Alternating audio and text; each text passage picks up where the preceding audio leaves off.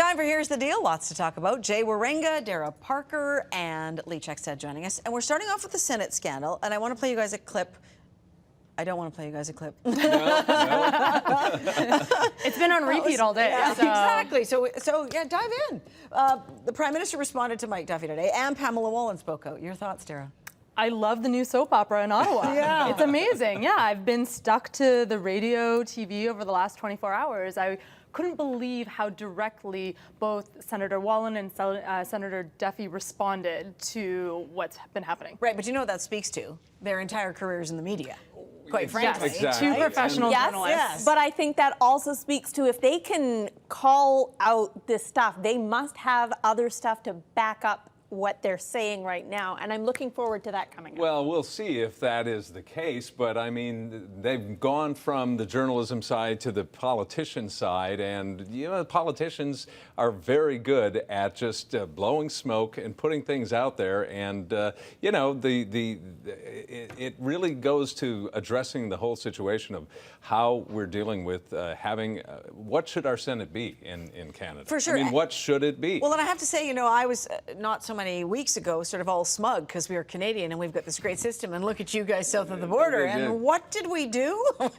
We opened the Senate Pandora's box. I mean, I find this embarrassing. I find it embarrassing as someone from the States that we're exporting this kind of crappy politics to a great country. Well, and what does it say? Because, you know what, I don't disbelieve anybody here. Like, you know, I think Mike Duffy They're all corrupt. Yes, and in one sense, I'm glad people are seeing this. Like, I'm glad the Canadian public, voters, are seeing that this is actually the behavior that takes place. I think for years they've managed to keep it behind closed doors. And now the lid's just been Well, agree. maybe I when the agree. lid comes off, you can actually start to make change, and maybe that will be the good that comes out of all Is this. that the ulterior motive here? Is this just the Conservative government not wanting to have a Senate in place? Yeah, maybe it could be working into Harper's plans, right? I don't think Harper's plan was to demonstrate pure hypocrisy, and we've seen that coming out of his office. Stranger things have happened in politics. Maybe that's a complicated strategy that I can't unpack, but I do think that that's something we can point to directly. The fact that he's interpreted Senator Duffy's residence as PI when it suited him, and then right now, no, that's a problem to see that as his primary residence. That's, I think, a tangible wrong that's coming out of the PMO's office. Yeah, interesting. All right, let's move on. We want to talk about internet voting because just today, remind me of the name of the agency because it slipped my brain. Voting Electoral BC. Electoral BC. Well done. Suggested that this is fraught with peril and probably not the way we should go. I don't get it. We can buy things from Timbuktu on our credit cards over the internet. How can I not We cast have a the vote? internet in space. I think Yes. first of all, we should err towards making voting easier for people and more accessible wherever we can. And this is obviously the future of everything, television. Yeah, but their everything. study suggested that it wouldn't increase the numbers. It wouldn't, and I don't think it would, because if I had the option, I would vote online, but it doesn't impact whether I would vote or whether I would not vote. But you just said if you had the option, you would do it online. Maybe more people would do that. I mean, But it it's wouldn't not there increase now, the so. risk, or it wouldn't increase the numbers going out to vote. The ultimate. Well, that's what the they say, final but number. I'm sorry, I don't believe them. Well, look at all the kids No, neither today do on I. devices. If Electoral BC or Elections BC send out the vote, it's voting day. Here's the link to your riding.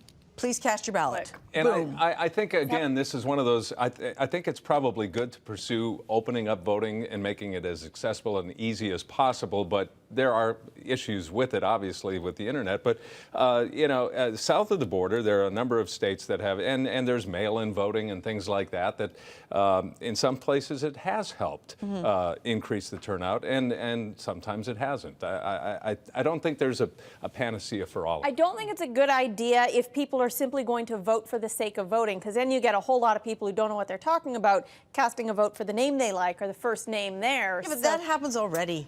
Yeah, we don't have happens in the informed booth. voters now. There's no criteria. You just have to be Canadian. Exactly. All right, let's move on to pace cars because I know you want to go off on this one. Go, go, go. Oh, pace yourself.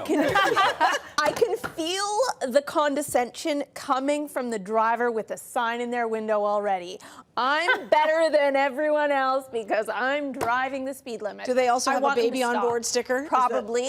And are they just going to keep going around the My block and children and driving my grandchildren 35? are straight A students at such and such school. I thought the moral high ground came from us cyclists. I thought we were the ones with the moral authority, but it's the people with the decals now. No. Oh, I don't think this is a good idea. Yeah, I look at this and I go, all right, first of all, where is the problem? I mean, we've got, I think certainly no one's saying that speeding in school zones or elsewhere is that's not a good thing, but where is the impetus for this being such a huge problem when there are other issues that I think would be time and money might be better I spent? think this is citizen action, Rhea, at its finest. I just don't know if it's going to work. This is a program that's come out of left field, and we don't have any demonstrated results. Is Well, this they'll actually find out effective? in Langford.